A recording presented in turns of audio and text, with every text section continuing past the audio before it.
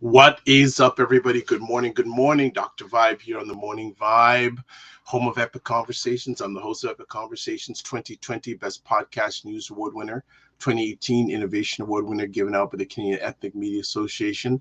And I host the only online show in the world for dads and fathers. It's sponsored by Dove Men Plus Care.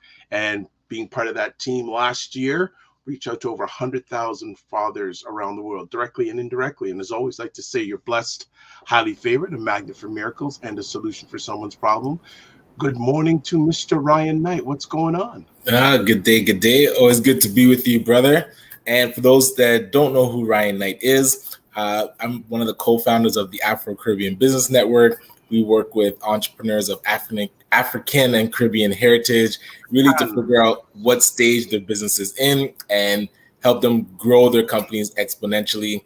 I'm an entrepreneur myself. I run a company called Detailing Nights. So we provide mobile waterless car cleaning. So we come to your house or to your office, clean your car on the spot without water and our eco-friendly plant-based cleaning supplies. And you see I'm rocking the PACU shirt, which is the Pan-African Credit Union. Their application is in to become a credit union here in Ontario. So if we want to see a Black-led and Black-serving financial institution, remember to go to pacu.ca and put in your pledge so that we can show our community support.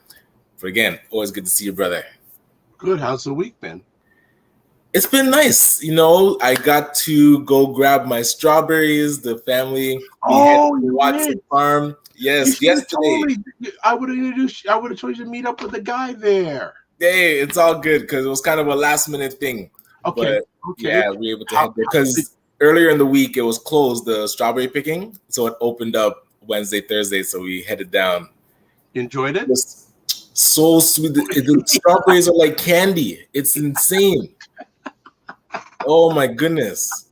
I'm glad I was right. Was I right? Yeah. Absolutely. But their strawberry pickings open a lot longer than other farms because on the day it was closed, we called around and said, hey, we're in the mood. Let's see if we can find a place. And they're like, oh, we closed strawberry picking like 2 months ago, a month ago. Wow. So theirs runs late into the season, but a massive patch, man. It's like it just goes down. And so I'm asking the guy, I was like, so what do you do? Like, how do you pick all these strawberries and what do you do? He's like, yeah, some of them, the bush actually survives past the winter. So it kind of goes dormant and then comes back. Other ones, they have to cover it because I'm interested in starting a strawberry farm someday. That might be my retirement. I'll just start picking strawberries in my later years. Well, and did your kids enjoy it? Oh, yes. They enjoyed, of course, the tractor ride down and just getting to walk and check out the sunflowers. So they asked a lot of questions. Isn't that crazy, that huge thing of sunflowers? Yeah, and they're just individual seeds and it's like so many. It was really awesome. Really good. I'm glad you got a chance to experience it. Yeah, I wish you would have told me. I would have told my man, I'm not going to give his name, but I would have texted him and said, yeah, they're coming. But that's cool. It's really nice. Yeah, so, man. How's the week been? It's been a lot of interesting things. So I'll start with a funny thing first. I have a niece that's visiting from Montreal, and we were in a conversation yesterday Oh, here's a few. Oh, here's a good and not good thing. I wanted to take her to Sugarcane Restaurant. Okay. Yes. Call Sugarcane. They're booked for the whole weekend. Okay. Wow. I thought your table's reserved. Who's at your table? They're booked for the whole weekend. I said, but I was so happy. Black business, doing really booked for the whole weekend. Starting to bounce back. Yes. Yeah, like the gentleman who I was speaking said, you can try maybe get a walk in between 4 and 6, but I can't guarantee it. But I go, how many times? Here's a question, family, wherever you're watching this around the world. How often have you called a restaurant on a Thursday to try and get something that evening and told we are booked right solid Thursday night, Friday night, Saturday night, Sunday night? Whoa, yeah. Like I'm gonna send them a personal video message saying, hey, try to book. I don't feel bad because you're solidly booked. Just congratulations and great stuff. I'm going to send them a video message because, hey, that's a situation where I don't feel bad being turned away. Yeah. Hearing that they're bouncing back and thriving, that's great. We should get a follow-up. I don't know if you're going to go down and do a live with them, but we should definitely. You know what? The next time I go down there, I'm going to do a live, and I bought some equipment to amplify my audio when I'm doing Instagram lives. So I'm investing in upping the game. So that's going down. Nice. We haven't talked about it a lot, but apparently last weekend there were some challenging things happening on some of the festivals that were going on in Toronto. I've been reading about it, and it's I don't know how much you've heard or read. Well, it seems that it's an extension from, I remember where the people got trampled in the US, and then now up here, it's like who's managing these festivals where they're not really keeping it safe for people that are in the audience. They're just allowing it to get too congested and not having proper barriers. So the one I heard was at the Shensia concert, people getting trampled, and that weekend was hot. So, and again, I doubt people would cancel a concert because of the heat, but people being like not able to get around and just being stuck in one place, people were fainting and then getting trampled. So it's that the coordination of it seems that it's lacking. So I don't know who's in charge of project management. Yeah, I've read stuff, and family, unfortunately, we haven't covered it because hey, we don't have the resources to cover everything. So I've been watching other media platforms, and now just was watching something before we went live today about there's some upheaval going on in the Manifesto, which is another cultural event. I'm reading about that, and it just like people look to us for entertainment when we can't even get the entertainment right. Right, something's lacking. Like there's bigger things going on, and again, we need to pull up our socks. So just basically in a lot of different things. But so if anyone can give me some more, or myself or Ryan, some more intel on what went on at all these concerts, like even last Saturday, like we said, last Saturday in Toronto was madness. Drake OVO, right? Lady Gaga, Toronto Argonauts football game, Jerk Fest. Right. Like you got to be brave. At the best of times, you have to be brave to deal with Toronto traffic. Downtown must have been madness, and there was stuff going on as usual at Harbourfront in Toronto. So just craziness.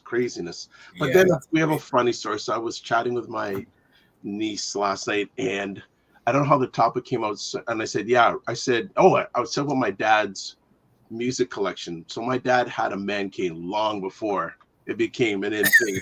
He had a man cave of music, really nicely set out and everything. And I said that, I told her that one of the things he has is a reel-to-reel recorder. And she goes, "What's that?" Yes. She had no idea what a reel. So I said, "Is she that young or am I that old?" Well, hold on. Educate me. Is that what we're talking, like the actual spindles? Yeah. Okay. Listen, that's a big, because when I was at Rogers, they were using the they look like 8-track tapes, but I forget what they're called, like T something. So we were past the spindles too. So educate us on the reel to reel now. Oh my God! I'm going on my phone to pull this up, and we'll get our friend on in just a moment. But I had to also, so I'm gonna have to educate you too. All right, 2 for 1 here. All right. So now I think, and I'm not gonna make assumptions because I have a feeling our friend coming on today will know or remember these. Okay. Oh, yo, I got it up. Hold on. Let me see if I can share my screen. I got it. I got something here. There's a picture. Okay, yes. Right? That's a reel-to-reel tape recorder. That's before me, man. So let's be honest. In the chat, whether you're watching live on replay, how many people know what this thing is? All right? How many people know what this thing is? Let's be honest. How many people? Good morning, Darcy. Okay, my screen went off. I'd be very interested. That would tell us a lot about our demographic. And something that I would encourage people to do is watch YouTube videos on how VCRs work and how magnetic analog recorders work. Like recording to tape, to me, is something of like science fiction. And that is what we had before digital. The way that works, I still can't get my mind around it, how you can take images or even voice and then magnetically connect it to a tape and then play it. You have to watch and just absorb technology, and it's pretty amazing how it works. Oh my! Now the fun things are starting to come in. Now the fun things are starting to come in.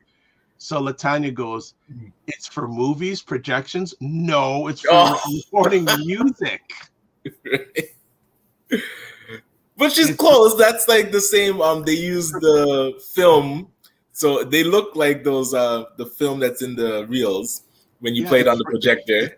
It's for recording music. Hey, that's okay. Yes. Darcy says right, reel to reel. He knows his stuff. Reel to reel, yes. Reel to reel, absolutely. So that was our question of the day. Do you? And my dad actually, you know what? Next time I'm by my father's house, I'm gonna take a picture of his. Yeah. Take a picture and put and bring it up on screen. That Did you play what was there reels on there? Did you play what was on there? Yeah. What was the album? Various types of music, but he has reel tapes. Like and this is going to be scary. I even know the model number, the Sony TC377 reel to reel. Okay. And I think I actually have one with the Akai. I think it's GX4000D. I have one. So here we go. So Tim Frey's going, first album by our group Selection back in 1991 was done on a Fostec 8-track. Boy, that's even going further back, family. So if you don't know what reel to reel is, forget about it. Don't even go in the 8-track world. Don't even do that. Don't even do that. Man. Don't even do that. So I thought I'd bring that up. Yeah, she goes, what's that? She sort of looks like it's alien. Like it's like, what's that?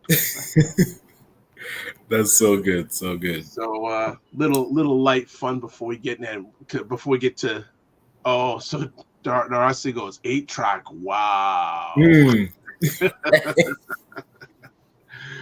So anyone who has an 8-track, please send us a picture. We'd love to put on screen. So actually it would be an interesting contest. If anyone can send us a picture, well, they'd have to prove it that they have an 8-track. We give them some sort of prize or something. We'll figure it out. Maybe yeah. All right. And Dejumar Clark, greetings, Raya. Well, I think you're missing the end. Ryan. There you go, to see the brother. Yeah, he's continuing. Ryan. All right, there he goes. There we go. We got it. So we got a bunch of people watching this morning, and you came for a very interesting conversation with the Dave family. Right. So one of the people that has shook some people up while they're on the morning vibe is our friend today. And I remember when he first came on, we couldn't get through all the comments. We had to have him on like twice back to back. We had him on a Monday and a Friday. He's been on since, but he's got another interesting commentary on his Medium platform with us today. But let's say hello to Perry Douglas. What's going on, Perry? How you doing? Good morning, gentlemen. How are you? I'm doing fine. Good. Excellent. Always good to see you. Sorry? How are you doing? Yeah, okay. I'm just a little bit laid up with a little bit of an injury, but it's all good in the hood, as they say. My hood. Before your injury, how was your summer? Actually, my summer's been okay. It's been, caravan weekend. I had a huge. I think I had like 15 people staying in my house. What? My family. Yeah, They all came down. They all drove down from New York and no. So this is why I call it a Maribana. I don't call it Caravana. Yeah. A Maribana. Oh yeah, it was all kind of different license plates on my street and everything. we try to stay close as a family because because of COVID really haven't gotten together. So everybody came down and we're Grenada, so we had an oil down. I don't know if you know what an oil down is, but whenever you get together, we put on one pot, just So I did the barbecue. I was on my crutches. I was on my crutches for like I think 5-6 hours barbecuing. Wow. Still got to go on. Yes. Sorry. So the oil down is creating like a big pot of soup, or? No, it's a big pot. There's breadfruit in there, right? There's dumpling. There's cabbage. There's saffron. Turmeric.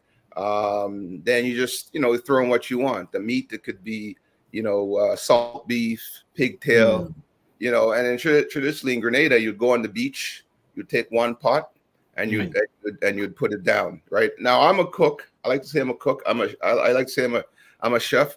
I'm not a chef like Uncle Ray, right? Yes, exactly. Okay, yes. That's a whole other level of chef. Yes. Right? So but the oil down, I leave it to some other family members because you don't want to mess that up. You mess that up, people are going to get vexed. Yeah. So Jumar is saying I had some oil down last week, very healthy, kind of like Caribbean healthy gumbo. Okay. Yeah. Not soup like though. Right. Okay. Good stuff. But so before we get into our main conversation topic, I'd be very interested to ask you, what are your thoughts about Caravana?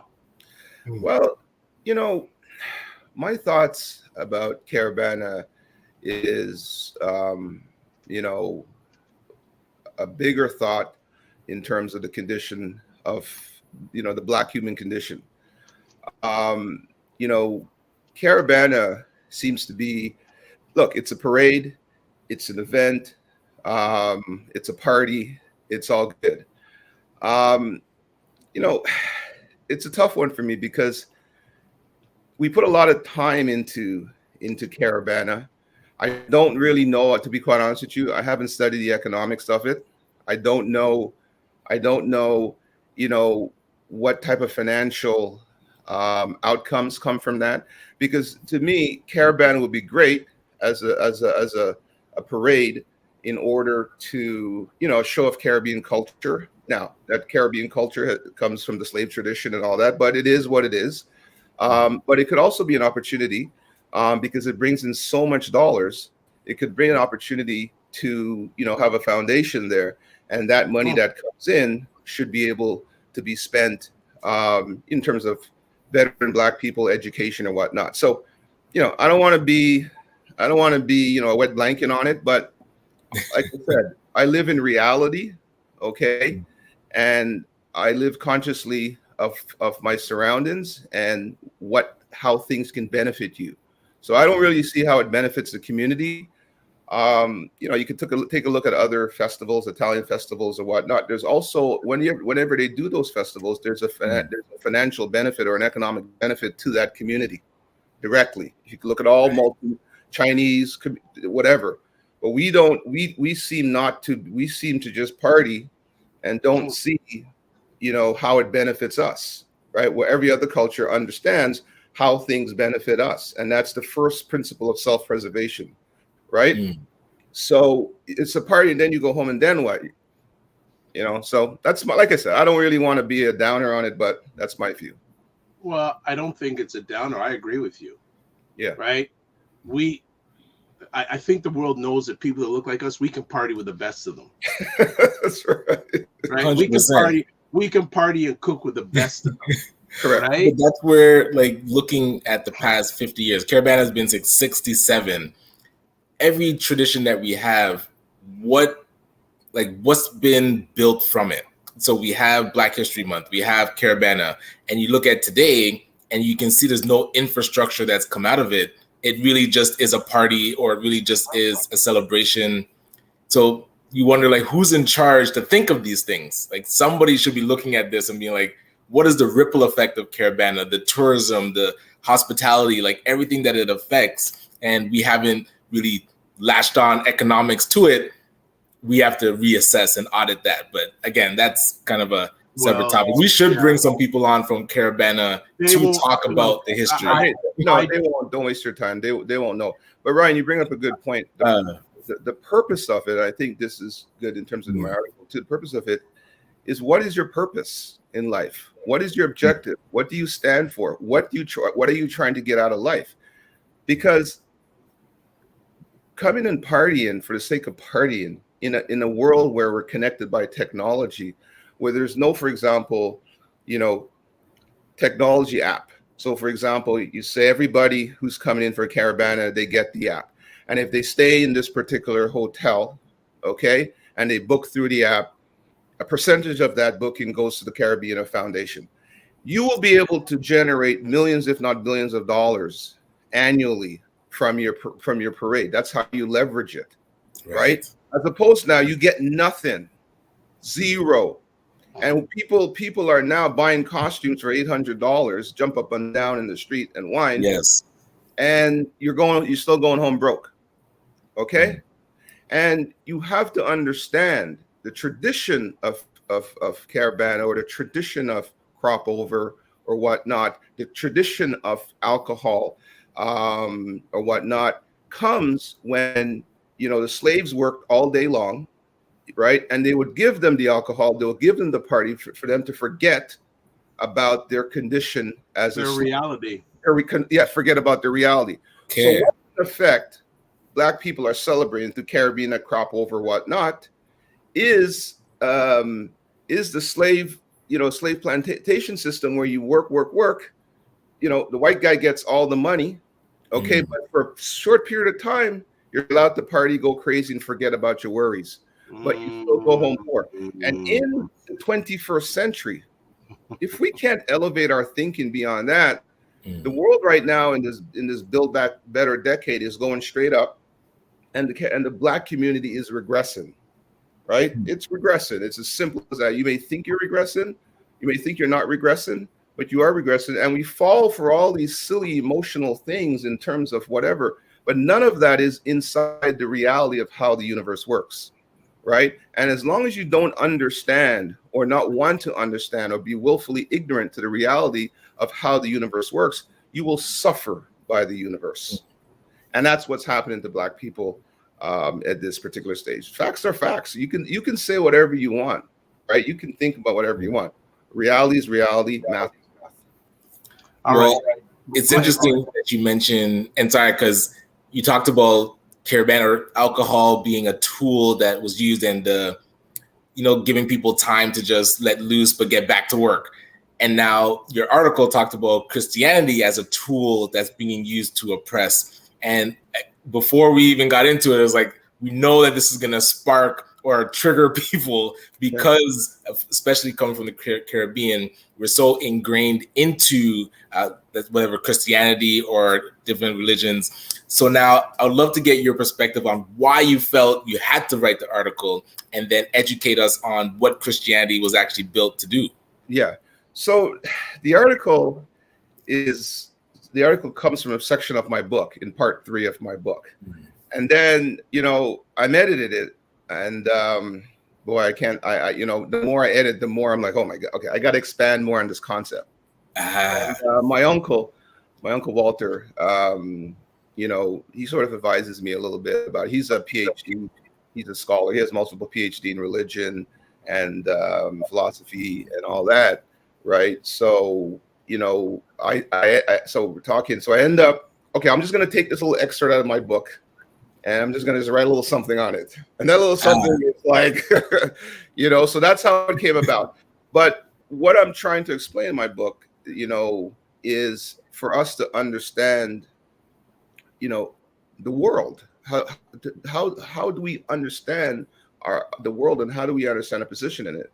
So your question and how did this come about is that, first of all, I'm not here to debate anybody about Christianity, about religion. I'm not here to tell anybody about what to believe. What I'm here to do is lay out the historical facts and lay out the historical record, right?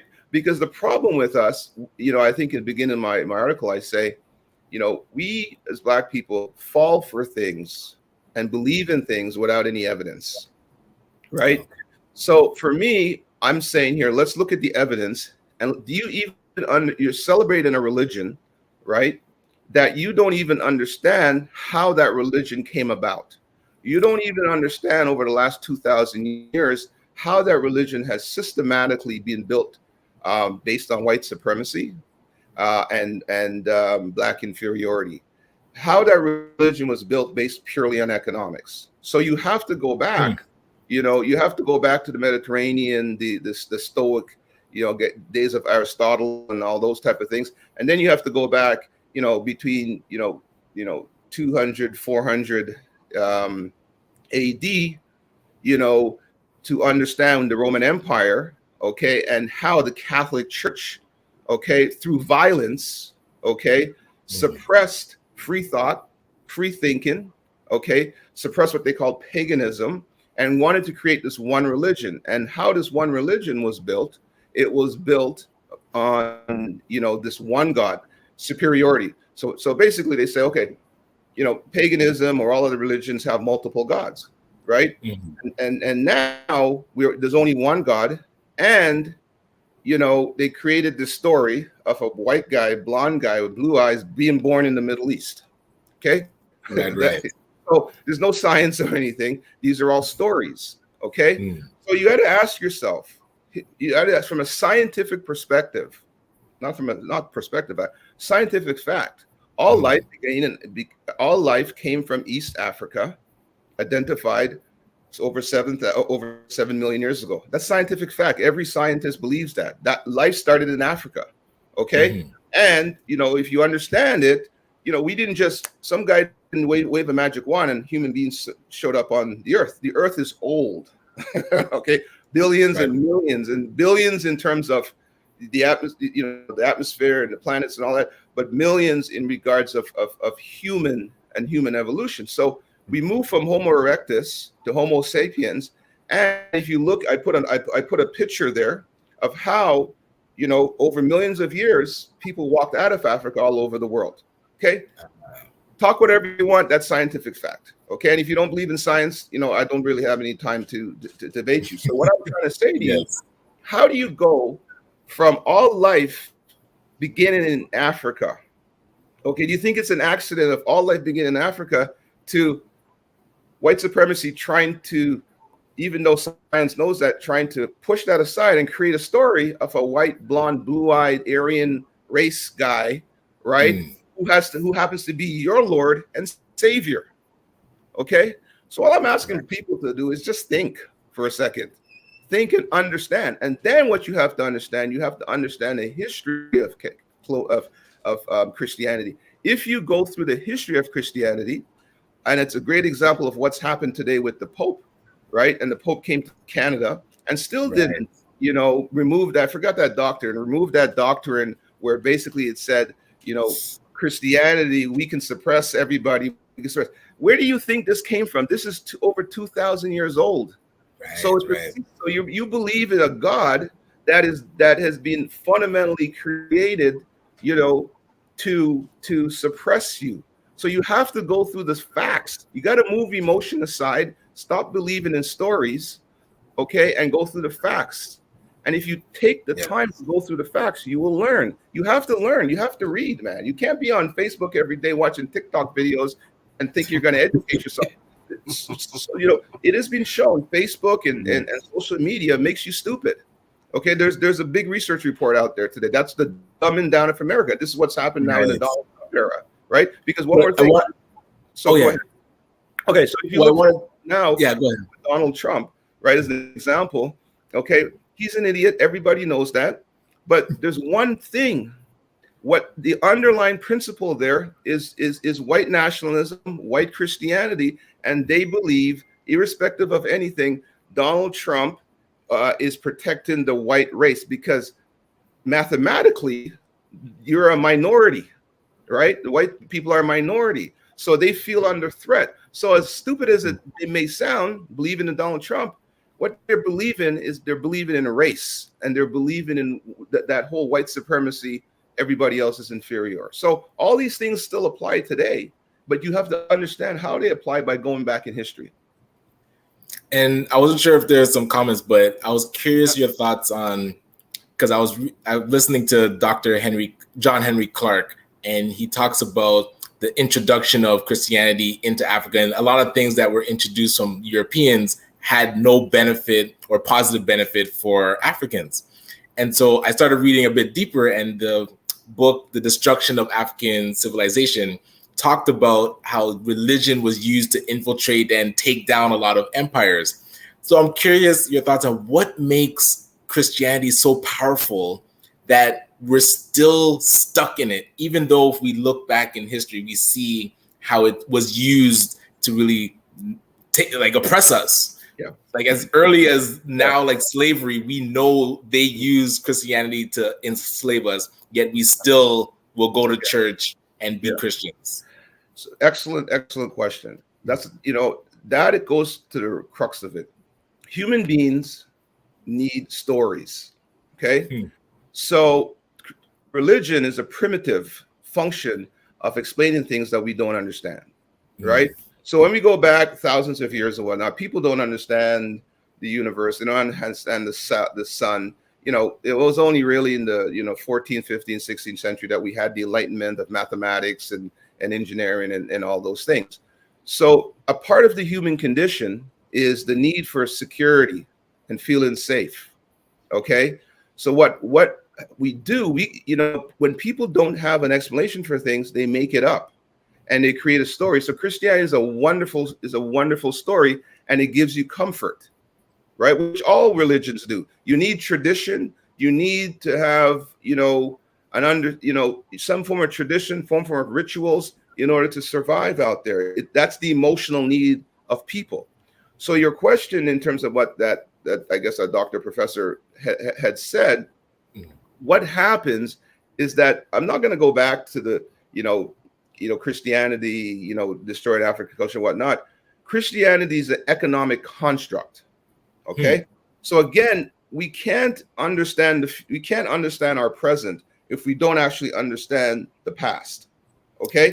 So the Catholic Church, okay. So in that period, I told you, 300, 400, AD, when they're literally through violence, the paganism religion, and the word pagan is a very derogatory word, which means peasant in Greek, right? And the Christians, put that word so it would be derogatory. So paganism essentially, had more than one god. They worshipped, more than one god or whatnot. So Christianity, they had temples, they had all these things. So Christianity, through violence, basically killed, raped women, okay, cut people's head off through violence and terror. That's how Christianity came in, and that's how the Catholic Church came in, and that's how the Bible was written, right? So then what happens from there, and I just have to go through this. What happens from there is that the Roman Empire, okay, so that's why you have Rome. That's why you have the Vatican is one of the wealthiest cities, one of the wealthiest territories or states in the world, right? Yeah. Everything now goes into the Catholic Church. Wealth creation, okay. So the Catholic Church financed their war. The Catholic Church financed wars. The Catholic Church financed, they financed the Spanish, South America. colonialism. So the colonialism you see is the right, is the economic, is the right that white people have a God-given right, which they gave themselves, to rule over everybody else. That's how colonialism came about. So slavery, unlike what people think, slavery was never a moral thing where they said, oh, we're better. It's an economic thing. It's an economic thing, because slavery was a source of capitalism expansion. And if you can get resources, human resources and material, which is the fundamental basis of building any business or any economy, if you can get those for free, your profit margin is off the hook, right? Yes. So the whole plantation system, was economics. Now, the church came in after that as an institution in order to support, the economic expansion of Europe and domination of Europe around the world. So the church would use that. So they had to give, for both black people and white people, they had to give them something where it essentially said, blacks are inferior, whites are superior, and we have the right to govern over you, and this is white colonialism, blah, blah, blah. So you have to understand it's always been like that. So for me, I clearly understand. And then when you go through history, black people, they celebrate the crusade. When they talk about the crusade, Christian warriors, those were real people raping and pillaging, going to Jerusalem. They were the ones who first used that word infidel, and they were the original. Christianity is the original terrorists. Okay. So what happens now, crusades, killing people, killing their own people. Then you talk about the Spanish the Inquisitions. If you believe anything but that one God Christianity throughout Europe, you would be killed. Those are the Inquisitions. Then you talk about, the Catholic Church up until the 60s had Jews as the biggest threat to God. So when you talk about Hitler and you talk about, killing 10 million Jews, that's Christianity. When you talk about slavery, that's Christianity. It's white dominance. So you can believe whatever you believe in, but the historical facts are facts, and facts are stubborn. So for me, I like to lay that out, right? All right, got to do a reset here, because we have our family. When you talk about religion, the traumas are going to drop. So let's catch up. A lot of comments falling here. So social media and televised sports are designed to distract the masses the same way that the Colosseum was used back in the day to appease the poor and the starving. We got another thing here. When the whites came, they had the Bible and we had the land. When they left, they had the land and we had the Bible. Right. That's exactly right. Nice interesting perspective there. Harris, we go Harris Marketing. We got that. I'm sorry. Okay, we got the Moors ran Europe for 700 years until the 1400s. Blacks and browns ran Europe and taught them how to bathe. Now, I'd saying my mother just got back from Ghana and shared that there's a huge Christian church on top of the slave transfer fortress known as the Door of No Return. Dujamar saying the Ethiopian Orthodoxy predates European Christianity. This is a historical fact. It's not a matter of Christian thought being oppressive. It's the version we were given with the false images and the psychology behind the truth. Turn the other cheek. If you look at Haitian voodoo, they use Christianity to liberate themselves by joining African spirituality with Christianity. Well, if I could just make a comment on these things right now, right? I'm not here. When I listen to that comment, right? That's your opinion. None of that what he said is true. What I want people to focus on is this.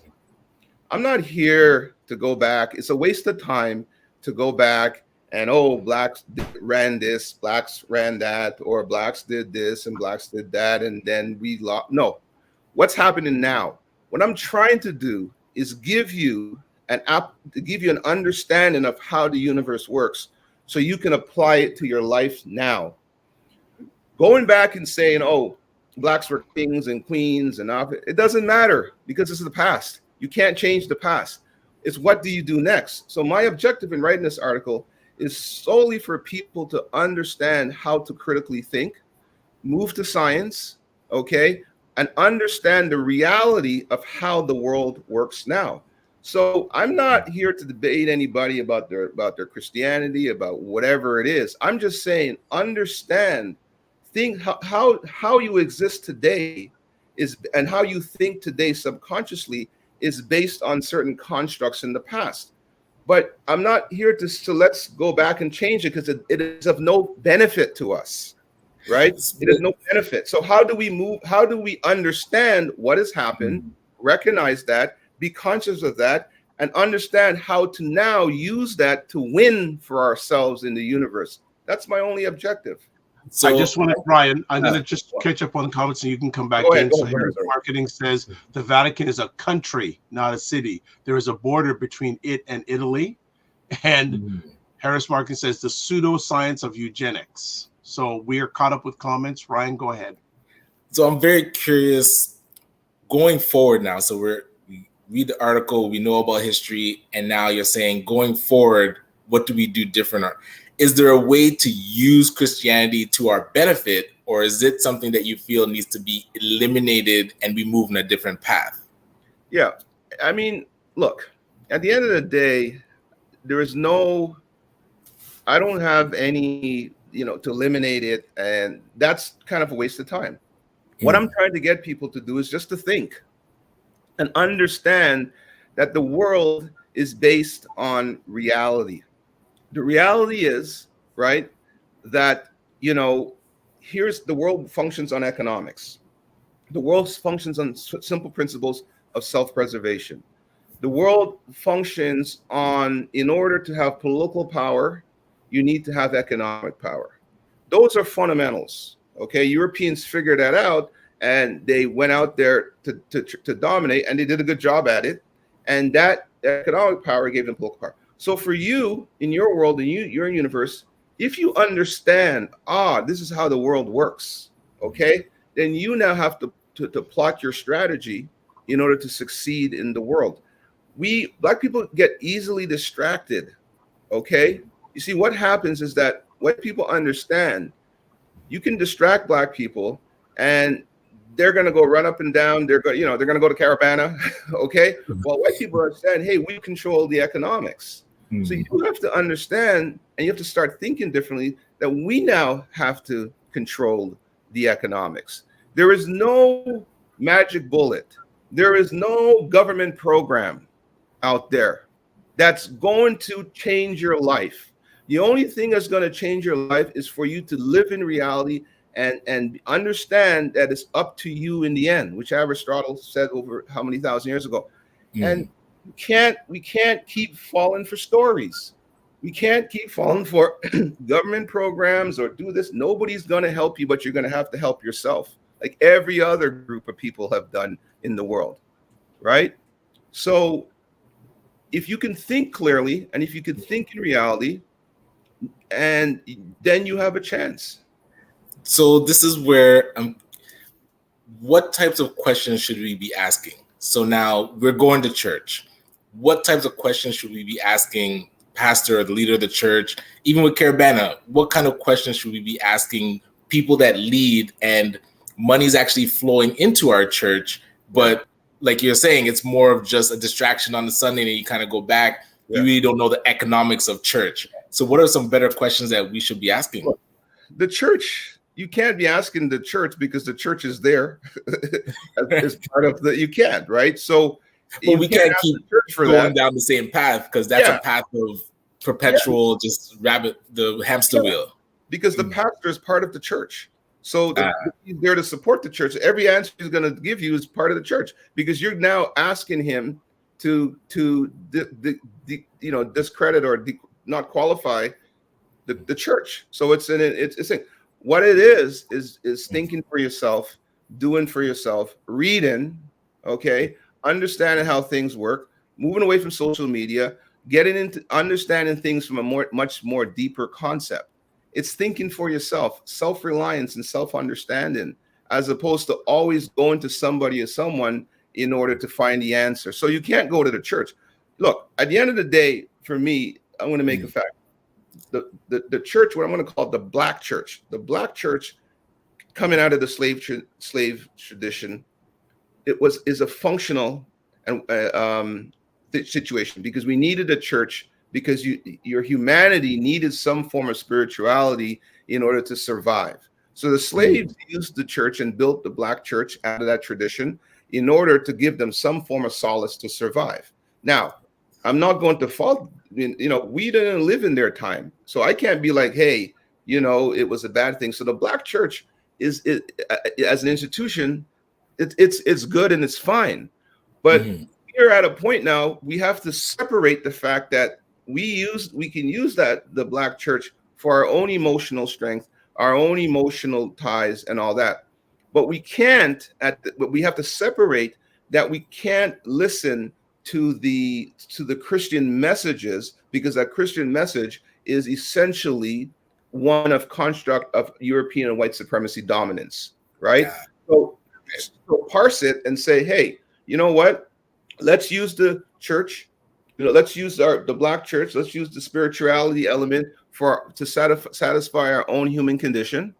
Okay, but we're not gonna buy all of that other white supremacy nonsense. And if you ask yourself, has that been happening? The answer to that is yes. There's a woman in Brooklyn that took over a white church, and she changed everything in there. She changed all the paintings. She created a brown Jesus, and she has a multi-ethnic dom. She has extremely white people, extremely wealthy white people, poor people, gay, whatever. And she's saying, I'm not going to let white supremacy dictate to me, okay, my spiritual message. Right. Okay? And I forgot her name, but I have her in my book and everything. But she runs a really, really great church. She's a black woman. She has dreads. She doesn't dress like the pastor. She's straightforward. She's honest, and she's using the spirituality nature, okay, of religion. Really, that's what it was originally for.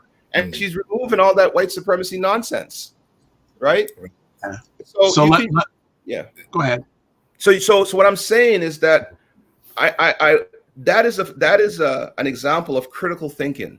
That is an example of thinking on your own. That is an example of not giving into the herd mentality. Okay. And she's able to do that. And people get their spiritual needs every Sunday, but they're not buying into this white Jesus foolishness and Lord is our Savior foolishness. Right. So it can be done. And, that's what I think. Right. And for me, I think in the end of the article, I talk about that, spirituality part too. Sorry, go ahead. So let me jump in. Harris Marketing says church asks for 10% tithe. Everyone should pay themselves that 10% and invest, not give it to the church. Dujamar has some interesting comments for you, saying, "LO, it's my opinion. Ethiopian Orthodoxy has had images of Jesus Christ depicted as a black man for thousands of years. During the Haitian Revolution, they mixed African spirituality and Christianity. Explain how this is my opinion." Well, it is your opinion, because I'm not even. My point is, the article is not. This is your opinion. This is what happens. We get caught up in the past trying to explain all this. What does it matter today? Right? Like what does it do for you today? Nothing. So I'm not here. My point is, I'm not here to debate you. You can believe what you want. Okay. You can believe what you want. And to be honest with you, I don't really care if that was whatever. That's not my point. My point is understanding reality and how do you use reality, okay, and how do you live in reality and how do you critically think to help you win today. Trying to win a debate about whatever you're saying here is of no value to me or no value to you in the present. So I'm not going to waste my time on it. Okay? All right. So he also says Christianity is based on African stories. Horus is the Egyptian version of Jesus. Horus was this is nonsense now, so I don't want to waste time on that. Okay, and Jamar says it liberates me. I do want to ask you an interesting part of your article that I want to bring up here, that I'm sure will cause some interesting thinking and conversation with some of our audience. So I'm going to put it up here, and I'm going to read it from the screens. I'm going to take this part down. Okay. Interesting paragraph here. I love this paragraph said, we got to talk about this paragraph. And I'm Okay. sure when you wrote it, you knew that people were going to talk about it. So I'm going to read it. In the 21st century, whites have gotten increasingly less religious and blacks more reliant on religion, with a tendency to remain stuck in past trauma, real or perceived. A Pew Research study found that as on a whole, blacks utilize religion in fighting racial injustice and economic equality, even though it is proven widely ineffective in gathering real results relative to P3 in modern times. Pew goes on to say that today, most Black adults say they rely on prayer to help make major decisions. This is simply an intellectually unsound, naive, lazy, and overly reliant on the unreliability of emotional decisioning. Therefore, when you make decisions in the context of a world that doesn't exist, the real world continues to kick and your suffering grows exponentially. Talk about that paragraph, sir. So, okay, so this is how I operate. I operate. So when I write articles, I use, I like my articles are scholarly. My articles are not just, I back it up by research. So the research, you can't deny the research. The research says is exactly that. So this is what's happening. So the point at the end there, where when you live outside reality, right? Reality doesn't matter what you think. In the end, it's what is. So when you live outside reality, this is what continues to kick your ass. So for example, Black people, okay, let's say after George Floyd and all these things, we look to try to get political power, okay, in order to change what's happening. The reality is that has never worked in history. How you get power is through economics. Everything flows from money, rules the world. And if you have that economic power, okay, then you have the political power, right? So my point is just pointing out the obvious. So the fact is, the other part of that article, I think the next chapter, it does say more and more younger Black people are becoming less reliant on the church. And those ones who are becoming less reliant on the church, they're tending to do better economically. Okay. If I could just interrupt, I'll read the paragraph after it saying, nevertheless, this is from your article, nevertheless, there is some hope. Pew Research highlights that Black millennials and members of Generation Z are less likely to rely on prayer, less likely to have grown up in Black churches, and less likely to say religion is an important part of their lives. This is your words here. This is very encouraging for the future survival of the Black species, because only through intellectualism, adherence to reality, and the rules of nature, self-preservation, natural selection, with reliance on intellectualism and logic over Bible stories. And what that is a fact. Okay, when Black people were running on the plains of Africa millions of years ago, it wasn't their emotion that saved them. It was the stone tools that they created to hunt, okay, and gather and live. Okay. So the fact is, if you go through it, natural selection, if people understand that back from Darwinism, natural selection has fundamentally been the way the species grow and species survive. Okay. We are living we think the world is, well, it's right now, we think this is it. The world, we are a speck in time. This world is millions of years old. There's no guarantee that we as a Black species, and I'm going to just take the Caribbean Black species, will be around 100 years from now. There's no guarantee. So the fact is, if you do not, okay, fix your economic situation in order to ensure your future survival, if you don't make those natural selections. So for example, like a lot of Black women now, don't want to go here, but I'm going to go here, they're marrying men who, economically are there, and they'll marry a white guy because they realize their future survival depends on those things. Those are fundamental intellectual decisions, right? Because that's how it is. And how do you now create intergenerational wealth? Everybody talks intergenerational wealth. Well, how does that happen? How does intergenerational wealth and how does it happens through economics? Okay, you can jump up and down about the Bible as much as you want. It happens by making decisions. So for me, right? If I look, my mother came from the Caribbean.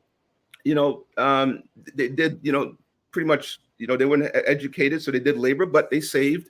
They passed a little bit what they can. My brother and I was able to go to, good schools. We came up with good jobs. We are entrepreneurs. Our kids will experience a lot better down the road. So for us, we are creating intergenerational wealth for our kids, but we're also creating intergenerational intellectualism, because my kids we're not victims. We're not this. My kids feel just as entitled. They walk into a room. They're not like, I'm the only Black person in the room. They're like, I'm in the room. Right? So what happens is that, there is hope, because the statistics are showing the less reliant you are on religion and stories, the more likely you are going to be economically successful. So you choose. So the reason why I use Pew Research, and I put it in the article so you can go read it yourself. It's not me talking. I write from a scholarly perspective. It's not my opinion. Everything I'm saying there is backed up, right? So it is what it is. Good question here. In your opinion, how do you speak to your elders or our elders about this when they are stuck in their roots? You can't. It's not about them anymore. It's about you, right? They're not going to change. It's about you and your kids now. It's about what you put in your kid's head. Okay? It's what you do now, right? It's not we have to stop relying on others. We have to be self-reliant. Okay? Self-reliant. And I'm going to tie this to this. So I've been reading in the Globe and Mail in the last little while, this Black entrepreneurship program that 86%, 86% has not gotten any money or whatnot. Folks, what did you expect? It is paternalism. It is white people saying, we're going to give them a little money, we're going to keep them quiet, and we're going to keep them under control. Guess the government is still making the decisions. Okay? But the government is still making decisions. This is just another thing where Black people get caught up in somebody else is going to save me. No, guess what? You got to save yourself. Okay? These programs haven't worked, and they never will work. You have to jump into reality, and you have to get in the fight. Okay? The universe doesn't care who you are. You're Black? Yeah, hey, I'm Black. If I sit there worrying about Black and all the things that are against me, okay, which are statistical facts, I will never be able to achieve what I've achieved. So I'm Black. Okay, get over it. There's nothing I can do. Get in the game, figure out how you can win. Okay? So listen, I'm just gonna use myself. That's all I can use. So, I'm Black. Well, you know what? My mother told me you're going to the top university in Canada. Okay? I got my mind around that. I did that. Okay? My kids are Black. I told my kids, you guys are going to the top top universities in Canada, where I went to. 2 of my kids are in there. Okay? We're going to do this. We're going to do that. You're the only Black person on this team. You're the only Black person here. Who cares? It's how you set your mind. The more you get distracted by the emotion of your disadvantages, where they are and they're real, if you get caught up in your disadvantages, you will never find your advantages. Okay, or your strength, because mentally you will always be on your heels versus being aggressive. So my point is this: this article is not written, and the thing is, when I pull these articles out of the book, when you're reading the book, you'll understand the context and how it flows. But this article is to get you to understand that the world works on self-preservation, self-interest, economics, and political power and justice flows from economics. Simple as that. If you don't get that, you'll be going around in circles trying to understand and complaining that, oh, the white man this, the white man that. No, it's not the white man this, the white man that. This is your circumstance. Deal with it. Right? Other than that, we will be doing the same crap 20 to 100 years from now. Yes. Another question on what do we teach the younger generation or our children about the holy books? Honestly, forget it. I'm going to question to you. What's the holy book going to do for you? A science book or a math book might do a lot better, right? Okay, an engineering degree or a medical degree will do a lot better for you. Read those books. Okay, not the Holy Book. The Holy Book does not. We already told you what the Holy Book. The Holy Book is already written. It's a construct of white supremacy and economic dominance. So why would you want your kids to read that? Read the math book. But I liked one thing that you had mentioned about shifting from defense to offense. Correct. So yeah, I'm gonna take that with me. Listen, brother, you gotta be an offense. My mother told me, never be a victim. Never be a victim. And the black people nowadays are running around screaming, asking for government programs. You know, they're being victims. Once you have the victim mentality, you're done. Right. You're done. You're cooked. Right? You're cooked. Once you have the victim mentality, you're done. Because everything you do would be from an inferiority complex and a victim. For me, you know, people before when I was growing up, people would say, oh, you know, even when I was younger, you know, went into the investment industry, you know, oh, Perry's arrogant or whatnot. Hell, I belong here. You can't tell me I don't belong here. Right. I belong here. Okay. And you can't be telling me that because I'm black, oh, I can't do this. Hey, I was the number one guy in a firm, and I had my biggest clients were Jewish clients or whatnot, because I didn't behave like I'm inferior. I behave like I'm just as good as you. And at the end of the day, my job was to make the money. And my job was this, and I've created great relationships. So it's how you think. Most importantly, it's how you think. Okay? If you can't understand it's about how you think, then you're going to always fall for stories, and your subconscious mind will dominate you, and society will dominate you versus you being in full control of self. Nietzsche said it best. One of the great philosophers, right? Nietzsche said it best. The greatest challenge of man is to overcome himself or herself, to be politically correct, which is important. Okay. We have to first overcome ourselves and our minds and our thoughts and be in full control of our own thoughts in consciousness. When you exist in subconsciousness, it's very easy to fall for things. So I'm choosing to exist in consciousness. I write these things to raise these questions and challenge people to understand in the universe. And if you could understand the universe, you got a chance. If you don't understand in the universe will make you suffer. All right. I think we're going to call it for today, because I heard someone's notification go in the background. So I said, okay, no problem. Someone asked where you can find the article. There's where you can find the article. The link is there if you're watching this live or on replay. And that's where you can also follow Perry on Medium, so I get notified of all the articles that he has written. Right. Perry, any last words before we let you get on with the rest of your day? No, it's all good. This is a good start to my, Friday morning. And again, my objective in this whole thing and this book is to just focus on truth. There's a thin. You know what? I'm re-edited again because stuff comes up. Stuff comes up, and yes. From the people really like it and they're rushing me, but I have to just get it out as I get it out. But the reason why I'm doing this, okay, is to be helpful to our community. And I think if we can just understand, I'm not here to tell you about how to think, tell you about your religion. I'm here just to, truth is truth. We can't live with alternative facts. We can't live in a universe that doesn't exist, right? So as Gandhi said, the only thing that's true is truth, right? So anything that you do that is not true, it really doesn't exist, and you're just creating problems. So what we have to do as Black people, we have to face the reality, face our challenges, face our fears, and don't look for an exit ramp. We can only deal with it up front. So my objective is to get people to read more. And I think in the age of social media, people don't read more. People don't read. They rely on TikTok for their information. That's madness.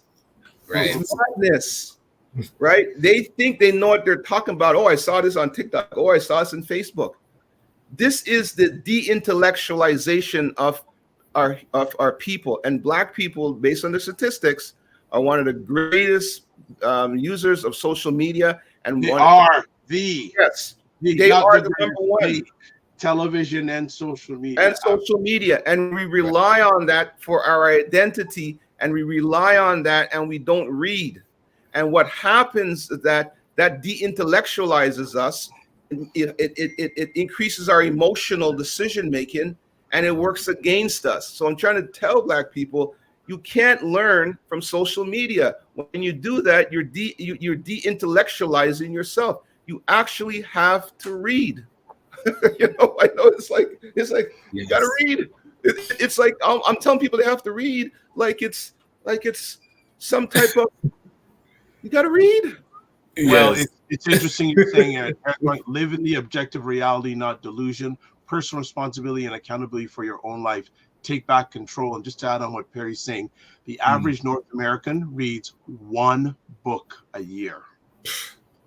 So think about it this way: if everyone watching this live on replay read one book a month, in 5 years you've read 60 books. Yeah, that's the point.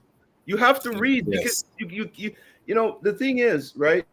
You have to read because when you don't when I read like a book a week, right? So when I read, I'm like, damn, I know how ignorant I am. I'm like, I know nothing.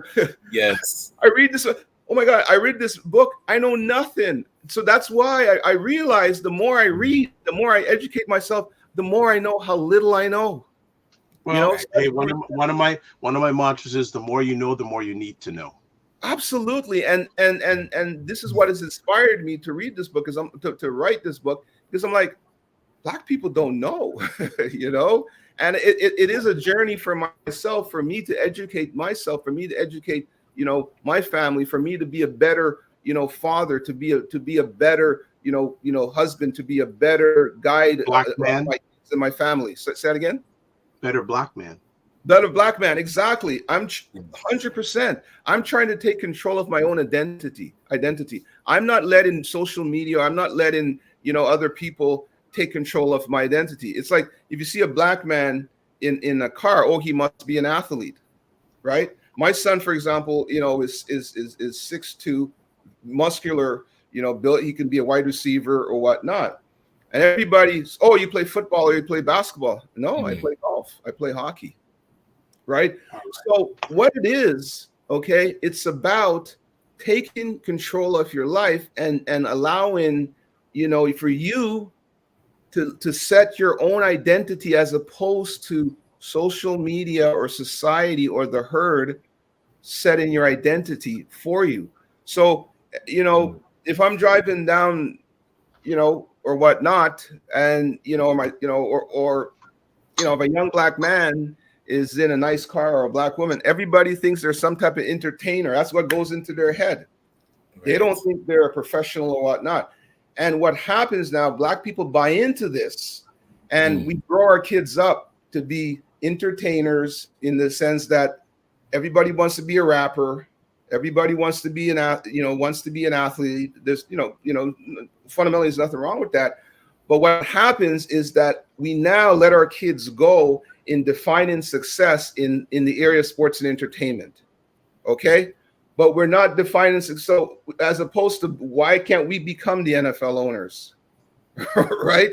Because if you look at it right now with the NFL as an example, all this nonsense that's going on, if there are a few more Black owners, there would be a lot more power in the NFL. But we have to understand, what do we want to be? Do we want, I call the NFL a big plantation, okay? So we have to set early in our kids, what do we want to be? Do we want to be owners, or do we want to be employees? If you're an entertainer, you're still an employee, okay?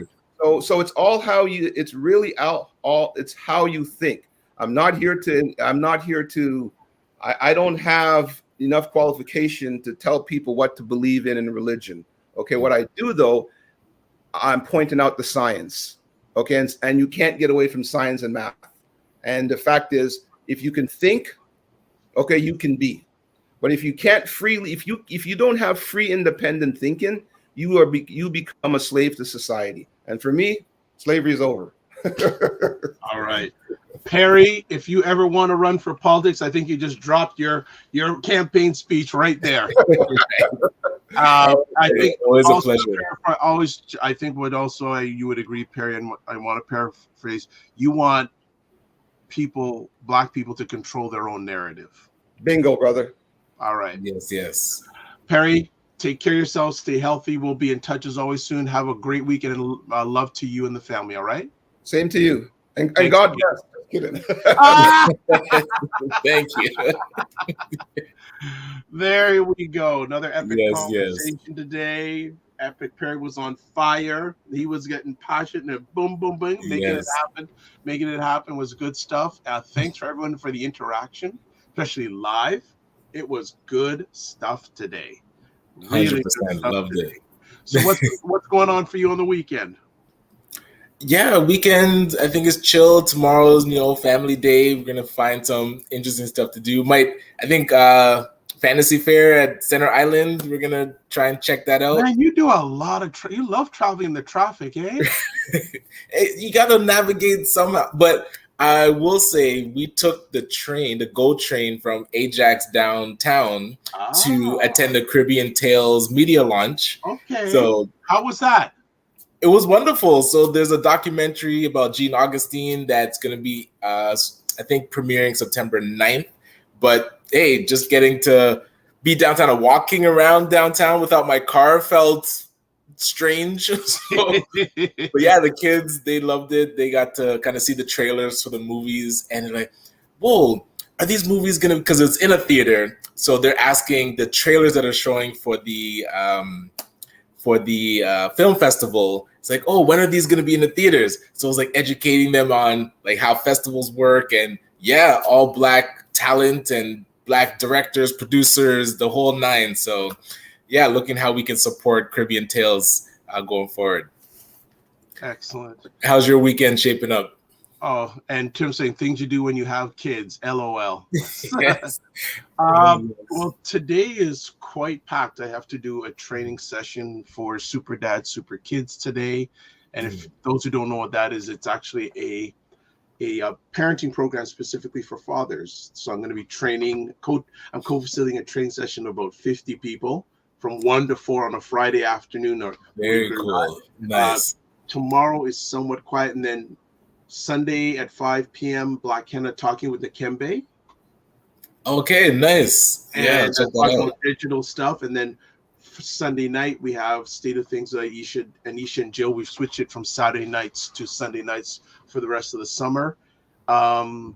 Monday, that's just thinking about the weekend. So it's a packed weekend. So this is the first of 3 conversations I'm doing in 2 days. So that'll be entertaining. Solid. And other than that, just listening to what's going on out there. Yes, same here. And there is a lot going on out there, but summer is winding down slowly, folks. As you notice, the sun is going down earlier every day. Yes. So that is good stuff. So yeah, that's it, family. Again, you can watch replays of the Morning Vibe on the Dr. Vibe Show on YouTube and Facebook, the Afro-Caribbean Business Network, Facebook and YouTube, and Ryan Oneil Knight on YouTube. As always, we want to thank you for watching live on the replay. It's appreciated, not taken for granted. As always, we close out with this: live your life as a dream. If you can dream it, you can make it. Sometimes you have to get small to get stronger.